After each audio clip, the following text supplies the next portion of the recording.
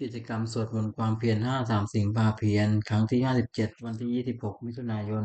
พุทธศักราช2569EPที่2สารานิยธรรม6อย่างทำเป็นที่ตั้งแห่งความให้ระลึกถึงเรียกว่าสารานิยธรรมมี6อย่างคือ1ข้าพเจ้ากายกรรมประกอบด้วยเมตตาในเพื่อนภิกษุสามเณรทั้งตอนนั้นและรับหลังคือช่วยกวาดกวาดกิจธุระของเพื่อนกันด้วยกายมีพยานภิกษุใกล้เป็นต้นด้วยจิตเมตตา2ข้าพเจ้าวจีกรรมประกอบด้วยเมตตาในเพื่อนภิกษุสามเณรทั้งตอนนั้นและรับหลังคือช่วยกวาดกวาดใน กิจธุระของเพื่อนกันด้วยวาจาเช่นการสั่งสอนเป็นต้นด้วยจิตเมตตา3ก็ไปตั้งมโนกรรมประกอบด้วยเมตตาในเพื่อนภิกษุสามเณรทั้งต่อหน้าและรับหลังคือคิดแต่สิ่งที่เป็นประโยชน์แก่เพื่อนกัน4แบ่งปันลาภที่ตนได้มาแล้วโดยชอบทำให้แก่เพื่อนภิกษุสามเณรไม่หวังว่าจะพบผู้เดียว4 5รักษาศีลบริสุทธิ์เสมอกันกับเพื่อนภิกษุสามเณรอื่นๆไม่ทำตนให้เป็นที่รังเกียจของผู้อื่น6มีความเห็นร่วมกันกับภิกษุสามเณรอื่นไม่แวกกับใครเพราะมีความเห็นผิดกันทำ6อย่างนี้ผู้ประพฤติ ให้เป็นที่รักทำผู้พูดให้เป็นที่รักที่เคารพทุกข์ของผู้อื่นเป็นไปเพื่อความสงเคราะห์กันและกันเป็นไปเพื่อความไม่ว่ากันและกันเป็นไปเพื่อความพร้อมเพรียงเป็นอันหนึ่งอันเดียวกันในหน้าภายใน6กาวุตมุขลิ้นกายใจอินทรีย์6ก็เรียกอายตนะภายนอก6รูปสิ่งที่เราปฏิบัติรู้ธรรมารมณ์ที่ถูกต้องกายธรรมคืออารมณ์เกิดกับใจอารมณ์6ก็เรียกวิญญาณ6อาศัยรูปกระทบตาเกิดความรู้ขึ้นเรียกจักรวิญญาณอาศัยเสียงกระทบหูเกิดความรู้ขึ้นเรียกโสตวิญญาณอาศัยกลิ่นกระทบจมูกเกิดความรู้ขึ้นเรียกฌานวิญญาณอาศัยกระทบ รสกระทบลิ้นเกิดความรู้ขึ้นเรื่องชิวหาวิญญาณอาศัยโผฏฐัพพะกระทบกายเกิดความรู้ขึ้นเรื่องกายวิญญาณอาศัยธรรมเกิดกับใจเกิดความรู้ขึ้นเรื่องมโนวิญญาณสัมผัสหกอายตนะภายในมีตาเป็นต้นอายตนะภายนอกมีรูปเป็นต้นวิญญาณมีจักรวิญญาณเป็นต้นกระทบกันเรียกสัมผัสมีชื่อตามอายตนะภายในเป็น6คือจักขุสัมผัสโสตสัมผัสฌานสัมผัสชิวหาสัมผัสกายสัมผัสมโนสัมผัสเวทนา6สัมผัสที่เป็นปัจจัยให้เกิดเวทนาเป็นสุขบ้างทุกข์บ้างไม่ทุกข์ไม่สุขบ้างมีชื่อตามอายตนะภายในเป็น6คือจักขุสัมผัสฌานเวทนาโสตสัมผัสฌานเวทนาฌานสัมผัสฌานเวทนา ชีวะสัมปชัญญะเวทนากายสัมปชัญญะเวทนามโนสัมปชัญญะเวทนาธาตุหกธาตุหนึ่งปฐวีธาตุคือธาตุดินสองอัปปธาตุคือธาตุน้ำสามเตจธาตุคือธาตุไฟสี่กัญญาธาตุคือธาตุลมห้าอากาศธาตุคือช่องว่างมีในกายหกวิญญาณธาตุคือความรู้อะไรได้รายการคือหมวดเจ็ดอภิธรรมที่ทำ7 อย่างทำไม่เป็นที่ตั้งแห่งความเสื่อมเป็นไปเพื่อความเจริญแปลงเดียวชื่อว่าประธานที่ทำมี7 อย่างคือ1มันประชุมกัน1 นิด2เมื่อประชุมกันพร้อมเพรียงกับประชุมเมื่อเลิกก็พร้อมเพรียงกันเลิกและพร้อมเพรียงช่วยกันทำกิจที่ทรงจะต้องทำตามไม่บัญญัติที่พระเจ้าไม่บัญญัติขึ้นไม่ถอนสิ่งที่พระองค์ทรงบัญญัติไว้แล้ว สมาทานศึกษาอยู่ในสิกขาบทตามที่พระองค์ทรงบัญญัติไว้สี่ภิกษุเหล่าใดเป็นผู้ใหญ่เป็นประธานสงฆ์เคารพนับถือภิกษุเหล่านั้นเชื่อฟังถ้อยคำของท่านไม่รู้อำนาจแก่ความอยากให้เกิดขึ้น6ยินดีในสถานราปา7ตั้งใจอยู่ว่าเพื่อนภิกษุสามเณรซึ่งเป็นผู้มีศีลซึ่งยังมาไม่สู่อาวาสขอให้มาที่มาแล้วขออยู่เป็นสุขทำ7 อย่างนี้ตั้งอยู่ในผู้ใดผู้นั้นไม่มีความเสื่อมเลยมีแต่ความเจริญไปเดียวอริยทรัพย์7 ทรัพย์คือคุณความดีสันดานอย่างประเสริฐ เรียกว่าอริยทรัพย์มี7 อย่างคือ1ศรัทธาเชื่อจริงคุณเชื่อ2ศีลปัญญาวาจาใจเรียกว่า3หิริความละอายต่อบาปทุจริต4โอตปปาสะดุ้งโสต่อบาป5บริสุทธิ์จากความเป็นคนเคยได้ยินได้ฟังมากคือจำทรงธรรมรู้ศิลปวิทยามาก6จาคะสละให้ปันสิ่งของตนแก่คนที่ควรให้ปัน7ปัญญารอบรู้สิ่งที่เป็นประโยชน์และไม่เป็นประโยชน์สัพพุริธรรม7 อย่างหนึ่งธรรมของสัตว์บุรุษเรียกว่าสัพพุริธรรมมี7 อย่างหนึ่ง ธรรมัญญุตาความเป็นผู้รู้จักเหตุเช่นรู้จักว่าสิ่งนี้เป็นเหตุแห่งสุขสิ่งนี้เป็นเหตุแห่งทุกข์เป็นต้น2อัตถัญญุตาความเป็นผู้รู้จักผลเช่นรู้จักว่าสุขเป็นผลในนี้ทุกข์เป็นผลในนี้3อัตตัญญุตาความเป็นผู้รู้จักตนว่าเราว่าโดยชาติตระกูลยศศักดิ์สมบัติบริวารความรู้และคุณธรรมเพียงเท่านี้แล้วประพฤติตนให้สมควรแก่ที่เป็นอยู่อย่างไร4มัตตัญญุตาความเป็นผู้รู้ประมาณในการแสวงหาเครื่องในชีวิตโดยทางที่ชอบ และรู้จักประมาณในการบริโภคแต่พอสมควรกรัญญูตาความเป็นผู้รู้จักการเวลาสมควรในอันประกอบกิจนั้นๆ6ปริสัญญุตาความเป็นผู้รู้จักประชุมชนและกิริยาที่ต้องบอกพุทธต่อชุมชนนั้นๆว่าหมู่นี้เราเมื่อเราเข้าไปหาจะต้องทำกิริยาอย่างนี้จะต้องพูดอย่างนี้เป็นต้น7บุคคลปรัญญุตาความเป็นผู้รู้จักเรียกว่าบุคคลผู้นี้เป็นคนดีคนก็บุคลิกเป็นผู้เป็นคนไม่ดีไม่ควรคบเป็นต้น สัพพุริธรรมมี7 อย่าง1สัพพุริประกอบด้วยธรรม7 ประการคือมีศรัทธามีความตายต่อบาปมีความโกรธต่อบาปเป็นคนได้ยินได้ฟังมากเป็นคนมีความเพียรเป็นคนมีสติมั่นคงเป็นคนมีปัญญา2จะปรึกษาสิ่งใดกับใครก็ไม่ปรึกษาผู้เบียดเบียนตนและผู้อื่น3จะคิดสิ่งใดก็ไม่คิดเพื่อเบียดเบียนตนและผู้อื่นแต่จะพูดสิ่งใดก็ไม่พูดเพื่อเบียดเบียนตนและผู้อื่น5จะทำสิ่งใดก็ไม่ทำเพื่อเบียดเบียนตนและผู้อื่น6มีความเห็นชอบมีความเห็นว่าทำดีได้ดีเป็นต้นเป็นต้น7ให้ทานเคารพให้ทานโดยเคารพรู้ว่าเพื่อแก่ ของที่ตัวให้และผู้รับทานนั้นไม่ทำอาการดุดทิ้งเสียโพชฌงค์เจ็ดถึงสติความรู้ทึกได้สองธรรมวิจยาความสุขสองธรรมสามวิทยาความเพียรสี่ปิติความอิ่มใจห้าปัสสิความสงบใจและอารมณ์ของสมาธิความตั้งใจมั่นเจตอุเบกขาความวางเฉยเลขตามประเภทว่าสติจัมโพชฌงค์ไปดูลำดับจนถึงอุเบกขาสัมโพชฌงค์อัตถกาคือหมวดแปดต้องก็ทำ8 องค์ธรรมที่ครอบงำจัดโลกอยู่มีสัตว์โลกย่อมเป็นไปตามธรรมนั้นเรียกว่าโลกธรรมนั้นมี8 อย่างคือมีลาภหนึ่งไม่มีลาภหนึ่งมียศหนึ่งไม่มียศหนึ่งนินทาหนึ่งดับเต้นสุขหนึ่งทุกข์หนึ่งในโลกธรรม8 ประการนี้อย่างใดอย่างหนึ่งเกิดขึ้นควรพิจารณาว่าสิ่งนั้นเกิดขึ้นแล้วแก่เราก็แต่ว่าไม่เที่ยงเป็นทุกข์มีความแปรปรวนเป็นธรรมดาควรรู้ตามที่เป็นจริงอย่าให้มันครอบงำจิตใจได้คืออย่ายินดีในส่วนที่ปรารถนาอย่ายินร้ายในส่วนที่ไม่ปรารถนาลักษณะตัดสินทำวินัย8 ประการหนึ่งทำใดเป็นไปเพื่อความกำหนัดย้ำใจหนึ่งเป็นไปเพื่อความประกอบเป็นไปเพื่อความประกอบความทุกข์หนึ่งเป็นไปเพื่อความสะสมความกิเลสหนึ่งเป็นไปเพื่อความอยากอย่างหนึ่งเป็นไปเพื่อความไม่สันโดษยินดีด้วยของมีอยู่คือมีนี่และอยากได้นั่นหนึ่งเป็นไปเพื่อ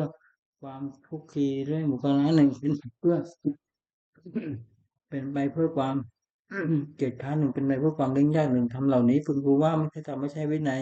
ไม่ใช่คำสอนของพระศาสดาทำเหล่าใดเป็นไปเพื่อความคลายกำหนัดหนึ่งเป็นไปเพื่อความปราศจากทุกข์หนึ่งเป็นไปเพื่อความสะสมไม่สะสมของกิเลสหนึ่งเป็นไปเพื่อความอย่างอันน้อยหนึ่งเป็นไปเพื่อความสันโดษยินดีด้วยของมีอยู่หนึ่งเป็นไปเพื่อความสงัดจากหมู่หนึ่งเป็นไปเพื่อความมีเห็นหนึ่งเป็นไปเพื่อความเรียบง่ายหนึ่งทำเหล่านี้พึงรู้ว่าเป็นธรรมเป็นวินัยเป็นคำสั่งสอนของพระศาสดามรรคมีองค์8หนึ่งสัมมาทิฏฐิปัญญาเห็นชอบคือเห็นอริยสัจสี่สองสัมมาสังกัปปะดำริชอบคือดำริออกจากการหนึ่งดำริในอันไม่ปฏิบัติหนึ่งดำริในอันไม่เบียดเบียนหนึ่งสามสัมมาวาจาเจรจาชอบคือเว้นจากวจีทุจริตสี่สัมมากัมมันตะทำการงานชอบคือเว้นจากกายทุจริต5สัมมาทิฏฐิเลี้ยงชีวิตชอบคือเว้นจากการเลี้ยงชีวิตโดยทางที่ผิด6สัมมาวายามะเพียรชอบคือเพียรในที่สี่สถาน7สัมมาสติระลึกชอบคือระลึกในสติปัฏฐานทั้งสี่8สัมมาสมาธิตั้งใจไว้ชอบคือเจริญฌานทั้งสี่ในองค์มรรคทั้ง8นั้นสินชาติริชอบสงเคราะห์เข้าในปัญญาสิกขาว่าจะชอบปัญญาชอบเรื่องที่ชอบสงเคราะห์เข้าในศีลสิกขาเป็นชอบระลึกชอบตั้งใจไว้ชอบสงเคราะห์เข้าในจิตตสิกขานวากะคือหมวด9มรรคคือหมวดทิ้ง9 อย่างโกรธหนึ่งลบหลู่คุณท่านหนึ่งทิฏฐิหนึ่งตนีหนึ่งมายาหนึ่งมรรคหนึ่งพุทธหนึ่งมีความปรารถนาละมุกหนึ่งพิษหนึ่งทัตตการคือหมวด10อกุศลกรรมหมวด10จัดเป็นกายกรรมคือทำด้วยกาย3 อย่างหนึ่งบัณฑิบาทำชีวิตสัตว์ให้ตกล่วงคือฆ่าสัตว์ของที่อันตรายที่สุดของที่ของไม่ได้ด้วยการเก่งโมทั้งกรรมชาติและพฤติกรรมจัดเป็นมรรคกรรมคือทำด้วยวาจา4 อย่างมุสาวาพูดเท็จ5ปิสุนาวาจาพูดส่อเสียด6พุทธวาจาพูดคำหยาบ7สัมปปราปาพูดเพ้อเจ้อจะเป็นมโนกรรมทำด้วยใจ3 อย่างอภิชา8อภิชาโลภอยากได้ของเขา9พยาบาทปองร้ายเขา10มิจฉาทิฏฐิเห็นผิดจากกองธรรมกรรม4 อย่างนี้เป็นทางบาปไม่ควรดำเนินกุศลกรรมบท 10จัดเป็นกายกรรม3 อย่างวันในปุตตปาตาเวรมณีเว้นจากการทำยุทธะตกล่วง2ทิฏฐานาเวรมณีเว้นจากถือของที่ของไม่ให้ด้วยการแข่งขโมย3กรรมสัจจาวัยราวณีเว้นจากผู้เป็นในกามจัดเป็นวิจีกรรมคือทำด้วยวาจา4 อย่างหนึ่งมุสาวาทาเวรมณีเว้นจากผู้เท็จ3ปิสุนายาวาจายาเวรมณีเว้นจากผู้สัตย์เสียด6พรุษายาวาจายาเวรมณีเว้นจากพูดคำหยาบ7สัมปปราภาเวรมณีเว้นจากพูดเพ้อเจ้อจัดเป็นมโนกรรมคือทำด้วยใจ3 อย่าง8นักพิชาไม่โลภอยากได้ของเขา9พยาบาทไม่พยาบาทรักษา10สัมมาทิฏฐิเห็นชอบตามของธรรมกรรม10 อย่างนี้เป็นทางบุญไม่ควรดำเนินบางทีเราถูกจากดึงแล้วถูก10 อย่าง1ทำไมบุญต้องเกิดด้วยการปฏิญาณทาน2ศีลทำไมบุญต้องเกิดด้วยการรักษาศีล3บุญทำไมบุญต้องเกิดด้วยการเจริญภาวนาอัปปัจจายะทำไมบุญสำเร็จด้วยความด้วยการประพฤติต่ำตนแก่ผู้ใหญ่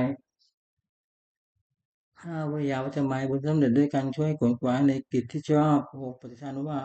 ปฏิทานามัยบุญสำเร็จด้วยการให้ส่วนบุญ7ปัตตานุโมทนามัยบุญสำเร็จด้วยการอนุโมทนาทานอนุโมทนาส่วนบุญ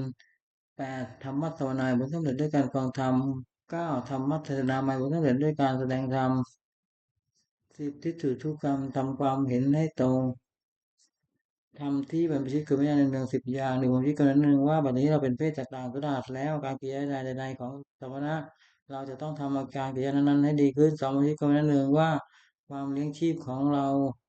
เนื่องด้วยตัวผู้อื่นเราควรทำตัวให้เขาเลี้ยงง่าย3ผมคิดกันหนึ่งว่าอาการกายวาจาใจอย่างอื่นที่เรา จะต้องทำให้ดีขึ้นไปกว่านี้ยังมีอยู่อีกไม่เพียงเท่านี้สี่บัญชีคือเรื่องหนึ่งว่าตัวของเราเองติดเตียนตัวของเราได้โดยสิ่งนั้นหรือไม่ห้าบัญชีคือเรื่องหนึ่งว่าผู้ให้ควรแล้วติดเตียนเราโดยศีลได้หรือไม่หกบัญชีคือเรื่องหนึ่งว่าเราจะต้องพัดพรากจากของรักของชอบใจทั้งนั้นเจ็ดบัญชีคือเรื่องหนึ่งว่าเรามีกรรมเป็นของตัวเราทำดีได้ดีทำชั่วได้ชั่วแปด เราอยู่ที่คุยนิดนึงว่าวันคือล่วงไปวันนี้ตลอดอายุเก้าเป็นเช่นนึงว่าเรายินดีในที่เสในที่สงัดหรือไม่ติดไปที่ควรที่จะนึงว่าคุณพิเศษของเรามีอยู่หรือไม่ที่จะไม่ให้เราเป็นผู้เก้อเขินในเวลาเพื่อนบางทีฐานการภายหลังหน้าทางทำคือทำที่ผู้สิบอย่างหนึ่งศีลร่างกายวาจาใจเรียบร้องสมบูรณ์จากความเป็นผู้ได้สดับรับฟังมากสามกรณีเมตตาความเป็น ผู้มีเพื่อนดีงามสี่โสมนัสตาความเป็นชั่วว่างานสอนง่ายอิงรีสุทธกตาความเป็นขยันช่วยเอาใจใส่ในกิจธุระของเพื่อนพิสุทธิสามเณรหกธรรมกามตาความใคร่ในธรรมที่ชอบเจ็ดวิริยะความเพียรที่จะละความเชื่อผู้คนดีแปดสันโดษยินดีด้วยพระนุ่งผ้าห่มอาหารที่นอนที่นั่งและยาทำดีทำได้เก้าสติ จำการที่ได้ทำและคำพูดแล้วไม่นานได้สิบปัญญารอบรู้ในกองสังขารตามเป็นจริงอย่างไรกถาวัตถุคือใช้คำที่ควรพูดสิบอย่างหนึ่งอาปิดกถาใช้คำที่ชักนำให้มีความปรารถนาน้อยสองสันตุติกถาใช้คำที่ชักนำให้สันโดษยินดีด้วยปัจจัยทำมีทำได้สามปวิเวกถาใช้คำที่ชักนำให้สงัดกายสงัดใจสี่อสังขกถาใช้คำที่ชักนำให้ละคนด้วยไม่ให้ละคนด้วยหมู่ห้าวิยาลัมมกถาใช้คำที่ชักนำให้ปรลบความเพียรหกศีลกถาถ้อยคำที่ชักนำให้ตั้งอยู่ในศีลเจ็ดสมาธิกถาถ้อยคำที่ชักนำให้ทำใจให้สงบแปดปัญญากถาถ้อยคำที่ชักนำให้เกิดปัญญาเก้าวิมุตติกถาถ้อยคำที่ชักนำให้ทำใจให้พ้นจากกิเลสสิบวิมุตติจากทัศนกถาถ้อยคำที่ชักนำให้เกิดความรู้ความเห็นในความที่จะพ้นจากเรื่องกิเลส อนุสติคืออารมณ์ควรระลึกสิบประการหนึ่งพุทธสติระลึกถึงพระเจ้าสองธรรมนุสติระลึกถึงพระธรรมสามสังฆานุสติระลึกถึงพระสงฆ์สี่ศีลานุสติระลึกถึงสิ่งของตนห้าจาคานุสติระลึกถึงการที่จะมีจากแล้วหกเวทานุสติระลึกถึงคุณที่ทำบุคคลให้เป็นธรรมดาเจ็ดมรณสติระลึกถึงความตายที่จะมีแก่ตนแปดกายกตาสติระลึกถึงผู้ภายในกายให้เห็นว่าไม่งามไม่เกียรติโสโครกเก้าอานาปานสติตั้งสติลมหายใจเข้าออกสิบอุปสมานุสติระลึกถึงคุณพระบิดามารดา คุณพระนิพพานซึ่งเป็นที่ระงับกิเลสและกองทุกข์ปกิณกะคือหมวดปัจเจเลสอุปกิเลสคือโทษเครื่องเศร้าหมองสิบหกอย่างหนึ่งอภิชาวิสมาโลภะละโมบไม่สม่ำเสมอคือความเพ่งหนึ่งสังโทษสารไร้กับสามโกธาโกสีนาหะถูกกดไว้ห้ามกะลบหลู่คุณท่านหกปราสาทตีเสมอคือยกตัวเทียนท่าน เจ็ดอิสสาริษยาคือเห็นเขาได้ดีทนอยู่ไม่ได้แปดมัจฉริยะตัณนีเก้ามายาคือเจ้าเร่ห์สิบสัตยาโอ้11ทำพระหัวที่12สามทำพระแข่งดีสามมานะถือตัวติติมานะดูหมิ่นท่าน15มัทธามัวเมา16ประมาทาเร่อโพธิปัจจยธรรม30ประการปฏิปัฏฐานสี่ธรรมประธานสี่อินทิบาทสี่อินทรีย์ห้าพระห้าโพชงเจ็ดมรรคมีองค์แปด ที่ปฏิบัติจตุกะกรรมกิเลสคือกรรมเครื่องเศร้าหมองสี่อย่างหนึ่งปาณาติบาตทำที่ตัดตกร่วงสองทินาทานเที่ยวสิ่งของที่ของไม่ให้ด้วยการกำมตาคุณเป็นสิกขาจารพิธีการสิ่งมุสาวาทมุเทศกรรมตีอย่างนี้นักปราชญ์ไม่สนเสริญเลยอัปปายมุขคือเหตุที่ยิ่งหายสี่อย่างหนึ่งความเป็นนักเลงยิงตามก็ไม่ได้สุราสามความเป็นนักเลงเล่นการพนันสี่ความเป็นคบสี่ความคบคนชั่วเป็นมิตรก็สี่ประการนี้ไม่ควรประกอบที่จะทำให้กระทำประโยชน์คือประโยชน์ที่มีในปัญญาสี่อย่างหนึ่ง อุทานธรรมทานถึงพร้อมด้วยความมันในการประกอบกิจเครื่องเลี้ยงชีวิตก็ดีในการศึกษาเล่าเรียนก็ดีในการทำธุระหน้าที่ของตนก็ดีสองอารักขสัมปทาถึงพร้อมด้วยการรักษาคือรักษาทรัพย์ที่แสวงหามาได้ด้วยความลำบากด้วยความมันไม่ให้เป็นอะไรก็ดีรักษาการงานของตัวไม่ให้เสื่อมเสียไปก็ดีสามกรณีเมตตาความเป็นความมีเพื่อนเป็นคนคิดดีไม่คบคนชั่ว สี่สมาชิกตาความเลี้ยงชีวิตตามสมควรแก่กำลังทรัพย์ที่หาได้ไม่ให้ฝืดเคืองนับไม่ให้ฟูมฟายนักสัมปรายกตประโยชน์ประโยชน์ในภายหน้าสี่อย่างหนึ่งศรัทธาสัมปะหนึ่งศรัทธาสัมปทาถึงความได้ศรัทธาคือเชื่อสิ่งที่ควรเชื่อเช่นเชื่อว่าทำดีได้ดีทำชั่วได้ชั่วเป็นต้นสองศีลปทาศีลปทาถึงความได้ศีลคือรักษากายวาจา เรียบร้อยดีไม่มีโทษสามจาคะสัมปทาถึงพร้อมด้วยการบริจาคทานเป็นการทำสุขให้แก่ผู้อื่นสี่ปัญญาครับปัญญาสัมปทาถึงพร้อมด้วยปัญญารู้จักว่าบุญคุณโทษประโยชน์ไม่ใช่ประโยชน์เป็นต้นมิตรปฏิรูปกุลเทียมมิตรสี่จำพวกหนึ่งคนรอบสองปฏิบุตรสามคนประจบสี่คนใช้คนในการที่หายห้าคนสี่จำพวกนี้ไม่ใช่มิตรเป็นคนเทียมมิตรไม่ควรครบคนสองหนึ่งคนรอบนั้นสี่หนึ่งที่ดูได้ฝ่ายเดียวสองเสียให้น้อยเอาคิดให้ เอาให้ได้มากสามเมื่อมีภัยแก่ตัวจึงรับเอาผิดของเพื่อนสี่คบเพื่อนเพราะเห็นแก่ประโยชน์ของตัวสองคนที่จะพูดไม่หนักสี่หนึ่งเก็บเอาของล่วงแล้วมาปราศัยสองอ้างเอาของที่ยังไม่มีมาปราศัยตามสงเคราะห์ด้วยสิ่งหาประโยชน์ไม่ได้สี่ออกปากพึ่งไม่ได้สามคนโอประจบมีขนาดสี่หนึ่งจะคิดจะทำเรื่องก็ขอให้ตามตอนจะทำดีขอให้ตามสามตอนหน้าว่าสรรเสริญสี่รับรองได้นินทา สี่คนชักชวนในทางที่หายมีลักษณะสี่หนึ่งชักชวนหนุนมาต้องชักชวนที่กองคืนสามชักชวนมุมมองการเล่นสี่ชักชวนเล่นการพนันมิตรแท้สี่จำพวกหรือมิตรอุปการะสามมิตรร่วมสุขร่วมทุกข์สามมิตรนำประโยชน์สี่มิตรมีความรักใคร่มิตรสี่จำพวกนี้เป็นมิตรแท้ควรครบหนึ่งมิตรมีอุปการะมีลักษณะสี่หนึ่งป้องกันผู้ประมาทแล้วสองป้องกันทรัพย์ของตนผู้ประมาทแล้วสามเมื่อมีภัยเป็นที่พึ่งนักได้สี่เมื่อมีธุระช่วยออกทรัพย์ให้เกินกว่าที่ออกปาก สองมิตรร่วมสุขร่วมทุกข์มีลักษณะสี่หนึ่งขยายความลับของตนแก่เพื่อนสองปิดความลับของเพื่อนไม่ให้แพร่งพรายสามไม่ละทิ้งกายวิบัติสี่แม้ชีวิตก็สละแทนได้สามมิตรแนะนำประโยชน์มีลักษณะสี่หนึ่งห้ามไม่ทำความชั่วสองให้ตั้งอยู่ในความดีสามไม่ฟังสิ่งที่ไม่เคยฟังสี่บอกทางตะวันให้สี่มิตรมีความรักใคร่มีลักษณะสี่หนึ่งทุกๆเรื่องสองสุขด้วยสามโต้เถียงคนอื่นที่ติเตียนเพื่อนสี่รับรองคนที่พูดสรรเสริญเพื่อน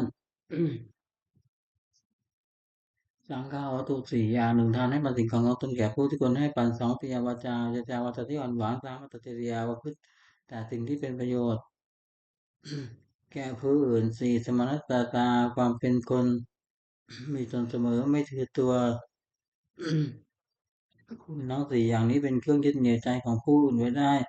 สุขของคนหัดสี่อย่างหนึ่งสุขเกิดการไม่ทรัพย์สองสุขเกิดแต่การจ่ายทรัพย์บริโภคสามสุขเกิดแต่ความไม่ต้องเป็นหนี้สี่สุขเกิดแต่ประกอบการงานที่ปราศจากโทษความหมายของความปรารถนาของคนในโลกที่ได้สมหมายด้วยยอดสี่อย่างหนึ่งขอสมบัติจงเกิด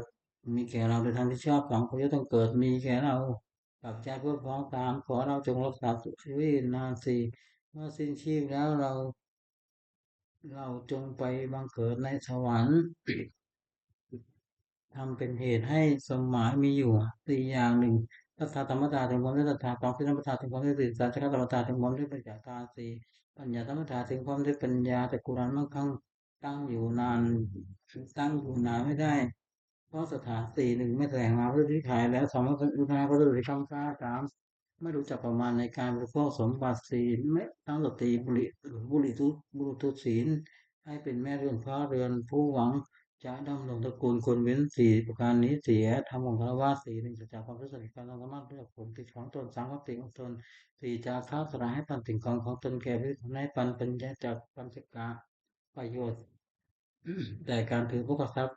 ห้าอย่างแสวงหาพวกทรัพย์ได้ในทางที่ชอบแล้วหนึ่งเลี้ยงตัวบิดาบิดาบุตรภรรยาบ่าวให้เป็นสุขสองเลี้ยงเพื่อนฝูงให้เป็นสุขสามบำบัดอันตรายที่เกิดแต่เหตุต่างๆสี่ทำพี ห้าอย่างคือขอญาติผีสงฆ์ขอญาติขอเหยียผีต้อนรับแขกขอพระพุทธผีทำบุญอุทิศให้พุทธางอนผีถวายเป็นหลวงปัจจัยความเป็นต้นเจตเทวตาผีทำบุญอุทิศให้เทวดา ห้าบริจาคทานในสมณพราหมณ์ผู้ประพฤติชอบศีลห้าหนึ่งปณนิพพานตามไว้เว้นจากกับที่ทำให้สงฆ์ร่วมสองทิฏฐาทานาเทวนีเว้นจากพืชของที่ไม่ให้เรื่องจากเองมือเท้ากับมือเท้าจาเว้นนี้เว้นจากพูดผิดในกลางสี่มุสาวาทาเว้นเว้นจากพูดเท็จห้าสุราเว้นจากประมาทฐานาเว้นเว้นจากการดื่มน้ำเมาคือสุราเมรัยอันเป็นที่ตั้งเหตุแห่งความประมาท ศีลนะประการนี้คือหลักควรรักษาเป็นนิจวิชาวิชาคือการค้าขายไม่ชอบธรรมะอย่างหนึ่งค้าขายเครื่องหมายเราค้าขายมนุษย์สามค้าขายสัตว์เป็นแล้วเราค้าเวทอาหารสี่ค้าขายน้ำมันห้าค้าขายยาพิษการค้าขายห้าอย่างนี้เป็นข้อห้ามอุบาสกไม่ให้ประกอบสมบัติของอุบาสกห้าประการหนึ่งประกอบด้วยศรัทธาสองสิ่งมุสุสามไม่ถึงมงคลถึงข่าวถึงชั่วกรรมไม่ใช่มงคลสี่ไม่แสวงหาเขตบุญนอกศาสนาห้าไม่สำแดง ไม่ว่าเป็นแต่ในพุทธศาสนาอุบาสกพึงตั้งอยู่ทั้งในสมบัติสี่ประการพระเจ้าพุทธเว้นจากวิบัติห้าประการนี้ซึ่งวิปริตจากสมบัตินั้น ชักกะทิหกหนึ่งประทิมที่กระทิเบื้องหน้าบรรดาบิดาสองกินิที่เบื้องซ้ายอาจารย์สามประทิมที่กระทิเบื้องหลังบุตรภรรยาสี่รันที่กระทิเบื้องซ้ายมิตรห้ามิตรเอตินที่กระทิเบื้องต่ำเบาหกบริมที่กระทิเบื้องบนธรรมนพามหนึ่งปุรติมที่กระทิเบื้องหน้ามารดาบิดาบุตรพนมด้วยฐานห้าหนึ่งท่านได้เลี้ยงมาแล้วท่านตอบน้องของกิจของท่านสามของตระกูลสี่ประพฤติตนให้เป็นคนแก่สำหรับทรัพย์มรดกห้าเมื่อท่านล่วงลับไปแล้วทำบุญที่ให้ท่านมารดาบิดาได้บุญแล้วย่อมรับว่าบุตรโดยสถานห้าหนึ่งก็ไม่ได้ผมจะสอนตั้งแต่ความดีตามที่สารที่ความปัญญาเตรียมให้ที่สมควรให้ห้ามอบสมมอบให้ในสมัยสองตะกินที่กระทืบเบื้องขวาอาจารย์ติดจมูกด้วยสถานห้าหนึ่งด้วยลุกขึ้นยืนรับของด้วยเข้าไปยืนขอรับใช้สามด้วยเจอฟังสีด้วยการอุปถากห้าด้วยเรียนศิลปวิทยาโดยเคารพอาจารย์ได้บุญทีได้ย่อมรู้ข้อสิทธิ์ด้วยสถานห้าหนึ่งแนะนำที่สองเรียนสาสามบอกศิลปวิทยาที่ชงวิชาพาสี่ยกย่องให้ประกอบให้ผูก ทำความป้องกันในที่ทั้งหลายคืออย่าไปทิศไหนก็ไม่อดอยากนะบนอาจิมที่คือทิศเบื้องหลังภรรยาสามีภูมิด้วยสถานะหนึ่งด้วยกันก็นับถือว่าเป็นภรรยาสองด้วยไม่ดูหมิ่นสามด้วยไม่พุทธวงใจสี่ด้วยมอบความเป็นผู้ใหญ่ให้ห้าด้วยให้เครื่องแต่งตัวภรรยาได้มีเสียย่อมนำความสามีด้วยสถานะหนึ่งการงานที่สองแล้วก็ต้องยิงหัวที่สามไม่ประพฤติต้นใจหัวสี่รักทรัพย์รักษาทรัพย์ที่บัวหามาได้ห้าพยานไม่เกียจคร้านและกิจการทั้งปวงสี่ อุดรคิดสิริเบื้องซ้ายมีกรูดหูเลยต่างห้าหนึ่งด้วยให้ปันสองด้วยเจรจาด้วยคำที่พาเราตามด้วยวุฒิเป็นโชสี่ด้วยความเป็นผู้ตีตนเสมอห้าด้วยไม่แกล้งกล่าวให้คาดเคลื่อนจากความเป็นจริงมิตรได้บางทีแล้วย่อมเพราะกุลบุตรด้วยสถานห้าหนึ่งก็สามีคู่หวานแล้วสองสัพพุทธคู่หวานแล้วสามเมื่อมีภัยเป็นที่พึ่งได้สี่ไม่ละทิ้งอะไรไม่แบบสี่ห้านับถือตลอดถึงวงของมิตร ห้าเหตุที่กระทบเบื้องต่ำบางในคุณเลือกฐานห้าหนึ่งได้กิดการงานทำให้การต่างๆต้องควรสองด้วยกันให้หาและรางวัลสามด้วยรักษาพยาบาลในใกล้สี่ด้วยของด้วยแจกของมีรูปแบบประหลาดให้กินห้าด้วยก่อนในสมัยบาดมุชีก็ย่อมรู้ข้อนายทนายด้วยสถานห้าหนึ่งลูกขึ้นทำการแข่งขันนายต้องเพื่อการทีหลังนายสามถึงเอาแต่ของที่นายให้สี่ทำการงานให้ดีขึ้นนำคุณของนายไปสรรเสริญในที่นั้น โอกบริธิมที่กระที่เบื้องบนสำนักพราหมณ์กรบุตรภูมิสถานะหนึ่งด้วยกายกรรมทำลายประกอบด้วยเมตตาสองด้วยวิจัยกรรมด้วยผู้อะไรประกอบด้วยเมตตาสามด้วยกรรมคิดอะไรประกอบด้วยเมตตาสี่ด้วยความเป็นผู้มิไม่ปิดประตูคือมิได้ห้ามเข้าบ้านเรือนห้าด้วยอมิตรทานสมณธรรมและลงเฉลี่ยยังก็กุลบุตรด้วยสถานหกหนึ่งห้ามไม่กระทำความชั่วสองให้อยู่ความดีสามแล้วก็เรื่องแต่งงานสี่ให้ฟังสิ่งที่ไม่ได้ฟังห้าทำสิ่งที่ได้ฟังแล้วให้แจ้งหก บอกว่าสวรรค์ให้อวัยวะคุยก็ยุบหายหกถึงน้ำมันตอนที่เพิ่งคืนสามผู้รู้การเล่นสีกำลังนะก็เพื่อไม่มีถกกิจการทำงานหนึ่งคือว่ามีโทษถกหนึ่งเสียทรัพย์สองก่อทะเลาะวิวาทสามเกิดต้องสิต้องติดเตียนห้ารู้สึกอายหกเป็นกำลังปัญญาที่กลางคืนมีโทษถกเชื่อว่าไม่สาตัวเที่ยวน้องเชื่อว่าไม่สาผู้เมียสามเชื่อว่าไม่สาทรัพย์สมบัติสี่เป็นที่ระแวงของคนทั้งหลายห้ามักถูกใส่ความหกและความลำบากมากสามที่กลางคืนมีโทษสามวัตถุที่ไปดูหก ตอนที่ไหนไปที่นั่นสองขับรถที่ไหนไปที่นั่นสามฤาษีปีตองที่ไหนไปที่นั่นสี่เสวาที่ไหนไปที่นั่นห้าปีที่ไหนไปที่นั่นหกตุลที่ไหนไปที่นั่นเลิกทำไมไม่โทษหกหนึ่งมิฉะนั้นก็ฟังเวรสองเมื่อแพ้ย่อมเสียได้ทรัพย์เสียไปสามทรัพย์ย่อมยิ่งหายสี่ไม่มีใครเชื่อฟังได้กรรมห้าเป็นที่หมิ่นประมาทของเพื่อนหกไม่มีใครประสงค์จะแต่งงานด้วยห้าควบคุมชีวิตเป็นโรคต่ำบุคคลที่เขาหกหนึ่งนำให้เป็นนักเลงกำพร้าท้องนั้นไม่รู้ชู้สามไม่เป็นนักเลงเล่าสี่นำให้เป็นนักเลงกำพร้าท้องด้วยความ ห้านำให้เป็นคนลงเขาซึ่งหน้าหกนำให้เป็นคนหัวไม้หกเกียรติค้าทำงานทั่วหกไม่ให้อ้างว่าเราไม่ทำงานสองไม่ให้ว่าเราไม่ทำงานสามไม่ให้ว่าเราเรียนเราไม่ทำงานสามไม่ให้ว่าอย่างนั้นอยู่ไม่ทำงานสี่ไม่ให้ว่าอยู่นั่นก็ไม่ทำงานหกไม่ให้ว่ากายนั่นก็ไม่ทำงานผู้หวังความเจริญด้วยพวกกันทรัพย์เพียงเว้นเหตุที่หมายอุปการนี้เสียปฏิทานคาถา ยาเทวตาสันติวิหารวัตินีรูเฟกะเรโพธิกะเรติงติงตาธรรมทานเนนะโกนุติสตาโสติงกะโรติธรรมะมะกะเรเตนะธรรมชานวกาตวิโกสารามิการนันติอุปสกาคามิจทัตตินิกามาตัสสะตัพพานุภูตาสุจิตาภวตเตชะรัพพาเยปีธัมมานุกิตาตาอุปโภติกานิยานิกานาวังนาปฏิเสธตะเพปิทุกขะสักโรตุสังขยังทัตตุจิรันนาโมธรรมะทราเตปุกะลาคังโกโหตุสัมโภวะอัตถะติยะตายะยามินะกตุสัตตโมตะปะเมติยาปานิโน อุติสังขปุริยามธรรมเมภเวทิเตปะทันนังหุตุสัพเพกานังพุทธเนธัมมะกังเวทัตุกาลเตวะสุอุทิภาวายาสัตตนังสมิทังตุเมตินิมาตาปิตาจารุตังนิกำลังคัตติปุตตังเอวะธรรมเนนะโนมะนะคัตตุสาภะทา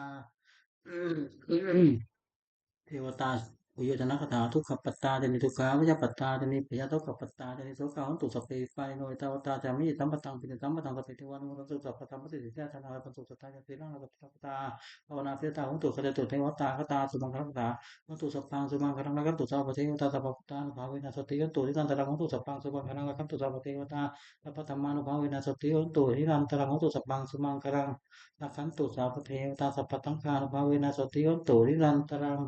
Sampai putta berapata pecekan nanti yang parang nanti nanti titik kamu nanti sebso sampai putta berapata pecekan nanti yang parang nanti nanti titik kamu nanti sebso sampai putta berapata pecekan nanti yang parang nanti nanti titik kamu nanti sebso sampai putta berapata pecekan nanti yang parang nanti nanti titik kamu nanti sebso sampai putta berapata pecekan nanti yang parang nanti nanti titik kamu nanti sebso บทแผ่เมตตาให้ตนเองอาสุขโตโหมิขอข้าพเจ้ามีความสุขอานิสโตโหมิขอข้าพเจ้าปราศจากความทุกข์อาหังอวิโรโหมิขอข้าพเจ้าปราศจากเวรอาหังข้าพเจ้าปโจโหมิขอข้าพเจ้ามีปรารถนาความปรารถนาอุปสรรคอะไรทั้งปวง สุขียตนังปริยารามิขอให้ข้าพเจ้ามีความสุขการศึกษาสากาวาจาใจ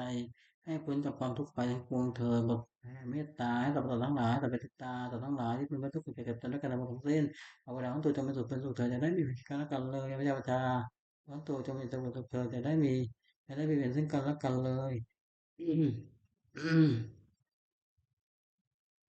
อานิกาโหตุจงเป็นสุขเป็นสุขเถิดจะได้มีความทุกข์กายทุกใจเลยสุขียตนาไม่ได้ตัวจงมีความสุขกายทุกใจตอนแรกว่าจะทุกข์ไปทั้งสิ้นเถิดบทแผ่เมตตาพิสัพเพสัตตาตาโหตุเวลาสุขชีวิตโนขอให้สัตว์ทั้งหลายอย่าได้มีเวรแก่กันและกันเลยจงเป็นผู้ดำรงชีพอยู่เป็นสุขทุกเมื่อเธอกระทำบุญยังพลังมหาสัพเพสักขีวันตุเตขอให้สัตว์ทั้งหลาย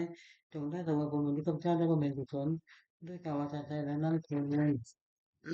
ขออานิสงส์แห่งผลบุญกุศลนี้จงเป็นทรัพย์สมบัติแก่พระเจ้าให้แก่ข้าปลอดภัยจากทุกโศกภัยอันตรายทั้งปวงให้มีดังได้อาจสุจริตเรื่องความเป็นธรรมะที่เป็นชอบธรรมธรรมะไม่มีอะไรในตนขอให้ได้มีแก่ข้าพเจ้าขอให้ข้าพเจ้ามีสัมมาทิฏฐิตั้งมั่นในพระธรรมคำสอนแห่งองค์พระสัมมาสัมพุทธเจ้าดำรงอยู่ในความดีการตลอดนานในทั้งของเทวดาทั้งหลายผู้ได้บรรลุการในกุศลนี้โอประสิทธิประสาทขอน้อมส่งความแห่งมงคลไปสู่พระสงฆ์มงคลของปู่ช่วยเจ้าสติผลหมายอารมณ์เป็นเสดารวมถึงวัตถุมงคล ทั้งปวงที่สามสิ่งนี้จัดตั้งขึ้นให้เป็นทุกทานุภาพในวันวานในวันพระที่นำกษีอำนวยผลให้เป็นสิริมงคลแก่ผู้ประกอบและผู้ชาทุกการเถิดสาธุสาธุสาธุ